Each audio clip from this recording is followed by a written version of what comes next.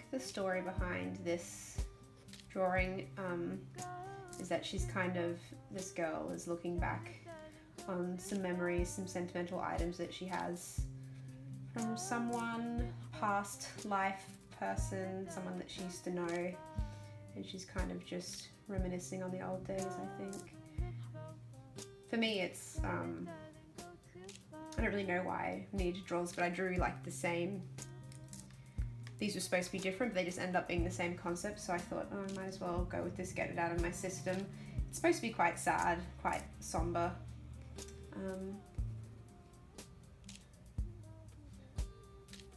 But yeah, so she's going to be holding a letter, and she's probably going to have some old photographs and things around her. It doesn't have like a particular meaning to me personally. It's just an image that I've had in my brain for quite a while, so just need to get it out of there.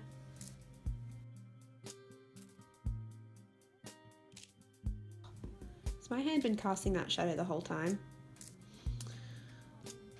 I'm sorry, but it's just the light. I can't do anything about it. Maybe if I turn my lamp on, does that help? Nope, not really, but it's staying on now. Pictures only, the spectacles in full blue. I think this is the first body of work that I've ever done where I've purposefully continued it as a series, and the reason I've done that is because I found it's been really helpful in me practicing doing like scenes and environments, because usually I just do a character, just the foreground. I don't usually bother with the background, and that's because I'm not very good at it, so I avoid it. But this has given me a chance to kind of practice it in a way that I find is fun and just as rewarding as doing my regular style. And the theme for this series is like resting girls, is what I've kind of coined it as being.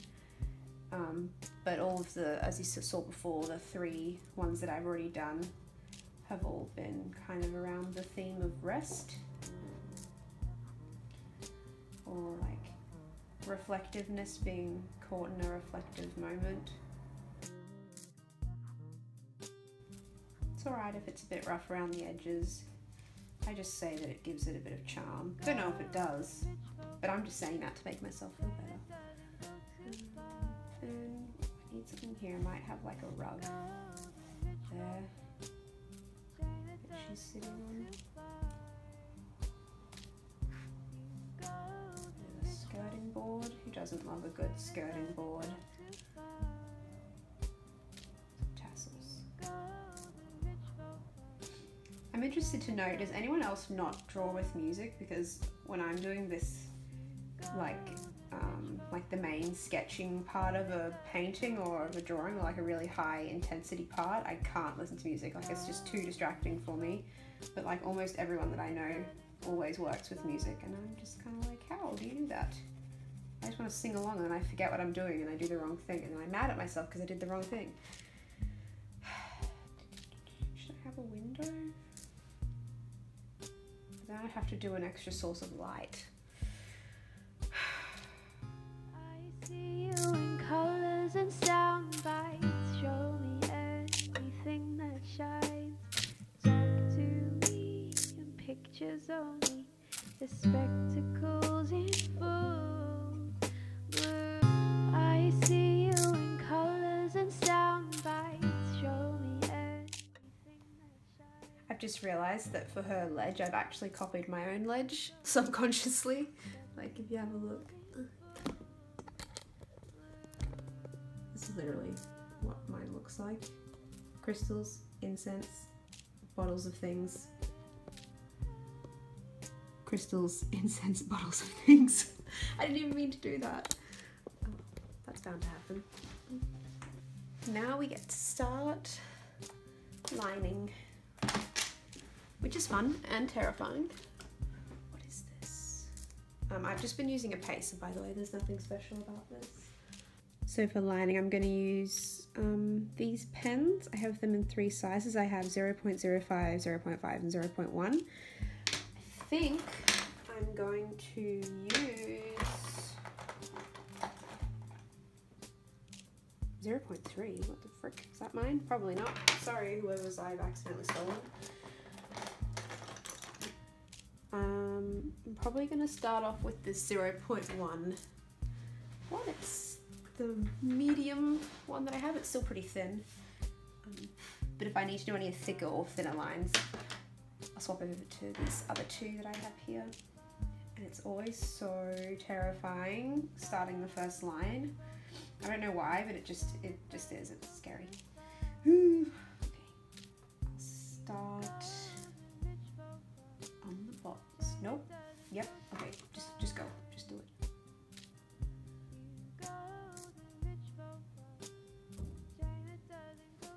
Woo! So you may have noticed, or you might not have, which is fine because it's not really a thing to notice, that I'm not using tape. And that's because I don't like to use tape with ink because it's so watery and I don't have good quality tape. It's just going to bleed through and make it look worse. So I go all the way to the edges when I'm doing ink. It's just better for me. I am really not very good at line work. I never have been. I'm more of a big picture person than I am a small detail person, so this is always a struggle for me, but practice makes better.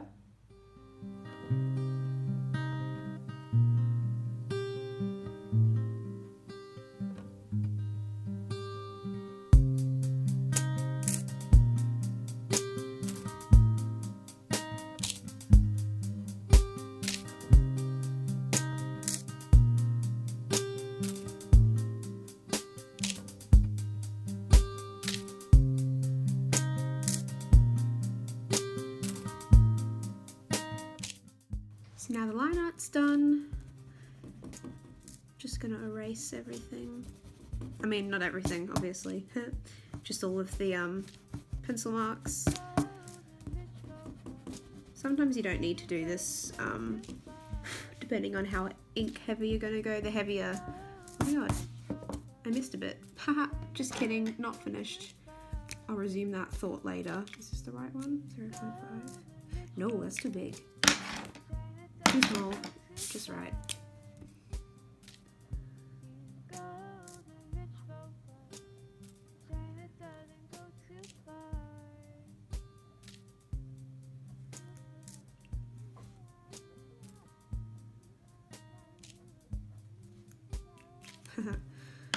Anyway, as I was saying, lol.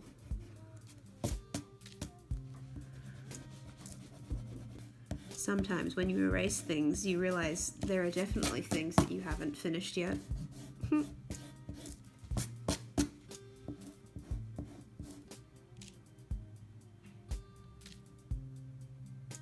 Probably add more lines in after I ink it. I usually do that just to add some extra detail. Like I'll probably do some more on the skirt and on her jacket, maybe on the pictures as well. I'm going to be using these 3 brushes. These 2 are just, I don't even know, this is like Montmartre, this little one. And this one doesn't have a brand. They're not that great, but they work. And I like using my brush pen just because it has a nice tip on it. I probably won't use any of the water in it. That's just there when I'm on the go doing watercolors, but yeah.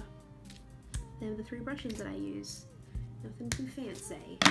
I'm just using this ink, Artist Spectrum. Again, it's not top quality, but it's good. I've used this one once and I used some other ink before, but this is exactly the same to me. I can't really notice the difference, especially because it's just black.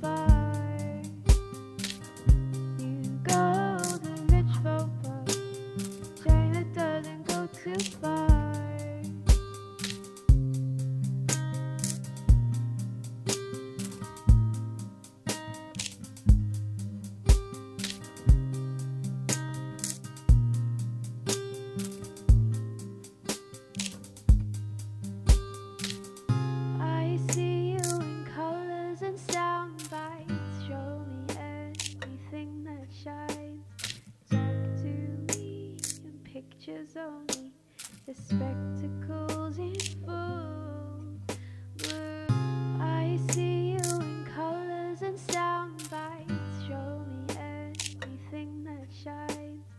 Talk to me in pictures only, the spectacles in full